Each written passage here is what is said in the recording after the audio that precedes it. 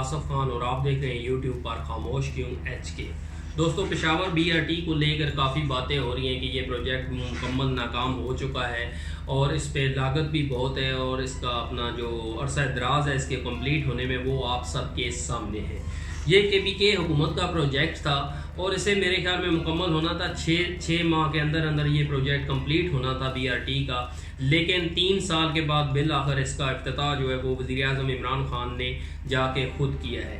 तो मैं समझता हूँ अपनी जो मेरे सामने इसके हालात आए हैं वो यही इसका अंदाज़ा तो यही लगाया गया है कि ये वाकई प्रोजेक्ट जो है वो महंगा है और उसकी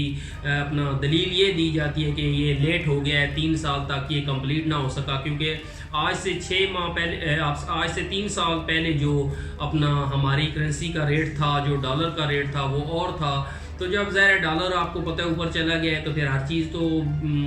कोई शक नहीं कि इसमें महंगी हुई है। जो भी कंस्ट्रक्शन के मामलात हैं और जो भी आपकी कॉस्ट बनती है उस हिसाब से वो बढ़ जाएगी। लेकिन ये अगर 3 साल तक गया है तो ये भी नाकामी हुकूमत की है, ये इसमें कोई शक नहीं, कोई दो राय नहीं कि पंजाब अपना KPK हुकूमत की ये बाकायदा एक नाकामी है कि इस प्रोजेक्ट को वो इतना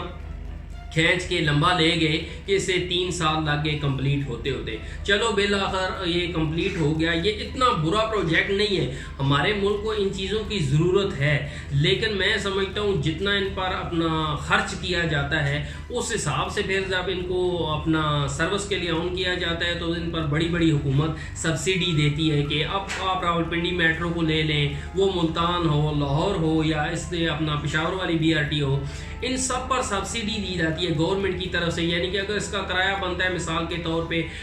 जो उसके सारे एक्सपेंसिव डाल के वो 50 रुपये बनता है तो हुकूमत कहती है नहीं आप 20 रुपये में चले जाएं, कोई कहता है आप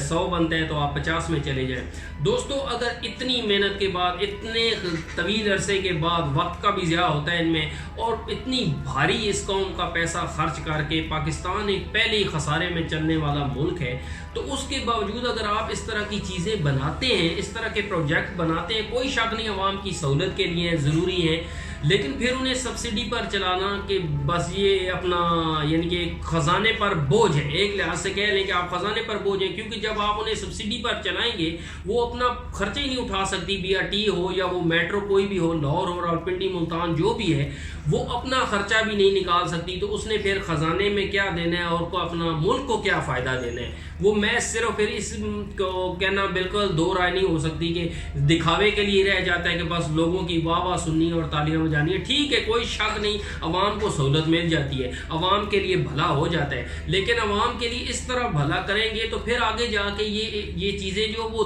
देर लॉन्ग टर्म तक नहीं चल सकती। फिर आगे जाके ये भी सफ़ेद हाथी बन जाते हैं। जिस तरह आज हमारे पास एक कौमी एहसास था स्टील मिल, आप देखें वो बिल्कुल एक सफ़ेद हाथी बन के खड़ा हुआ है। इसी तरह लाहौर की जो आप ऑरेंज लाइन ट्रेन देखती हैं, वो उस पर इतना ज़्यादा पैसा लगाया गया, इतना ज़्यादा खर्च किया गया, आगे जाके उसका भी रिजल्ट यही आना है कि वो भी सब्सिडी पर चलेगी, यानी कि फ़ायदा उसने भी नहीं देना। आप खुद सोचें, छोटी सी एक मिसाल है, आप एक दुकान डालते हैं, वो भले आपको फ़ायदा ना दे लेकिन नुकसान ना करे, तो शायद आप 1-2 साल तक उसका अपना बर्दाश्त करें और उसको चलाने की कोशिश करते रहें। लेकिन अगर वो नुकसान करना शुरू कर दे तो फिर आपने दूसरे तीसरे माह में उसका शटर जो है वो डाउन कर देना है। तो ये सब्सिडी वाला मामला भी ऐसे कि कब तक आप सब्सिडी देंगे, कब तक ये निज़ाम चलेगा, और सब्सिडी जो दी जाती है वो कौन से कहाँ से आती है, वो भी इसी कौम का पैसा है। एक तरफ से उसे रियायत दी जाती है और दूसरी तरफ से सब्सिडी की शक्ल में वो अजाब बना होता है, खजाने पर बोझ बन जाता है।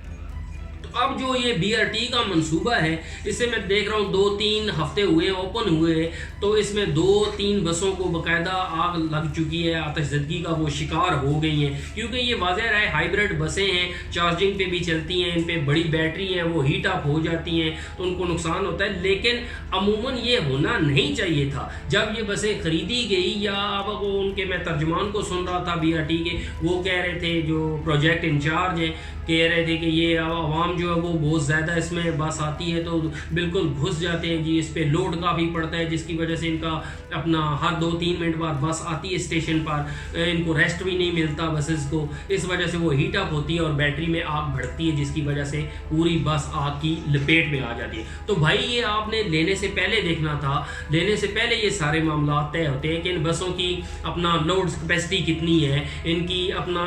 سروس کی جو ان کی ٹائمنگ ہے وہ کتنی ہونی چاہیے، کہاں تک یہ چل سکتی ہے، کہ ان کو کتنے ٹائم کے بعد ریسٹ چاہیے، تو یہ ساری باتیں تو پہلے طے ہوتی ہے۔ اور یہ کہنا کہ عوام ان میں گھس جاتی ہے، اور بھائی بس ہے تو بس میں عوام تو گھسے گی، یہ تو نہیں ہو سکتا کہ عوام نہ گھسے، تو یہ کوئی ایسی بات نہیں۔ یا تو پھر آپ وہاں پر اسٹیشن پر اس طرح کا کوئی اپنا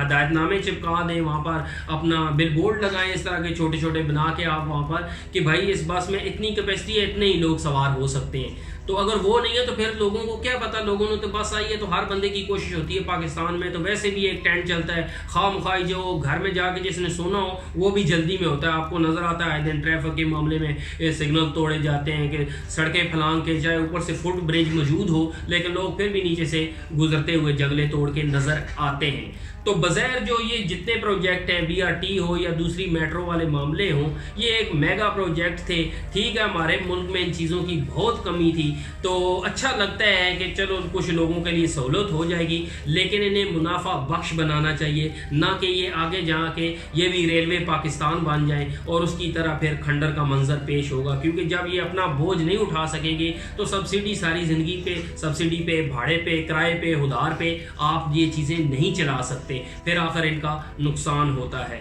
تو اللہ کرے تو آپ اتنا قوم کا پیسہ لگائیں ان چیزوں پر تو اللہ انہیں کامیاب ہی کرے تو اچھی بات ہے، پہلے ہی ہمارے ملک پر بڑے بوجھ ہیں۔ تو دوستو ہم سب کو بھی چاہیے ان چیزوں کا خیال رکھیں اور احتیاط کے ساتھ ان کا استعمال کریں۔ دوستو ویڈیو اچھی لگی ہے تو اسے لائک کریں، اپنے دوستوں کے ساتھ اس پیغام کو شیئر کریں، چینل کو سبسکرائب کر کے اس میں اپنی آواز شامل کریں۔ انشاءاللہ نیکسٹ ویڈیو میں آپ سے پھر ملاقات ہوگی، تب تک اللہ حافظ۔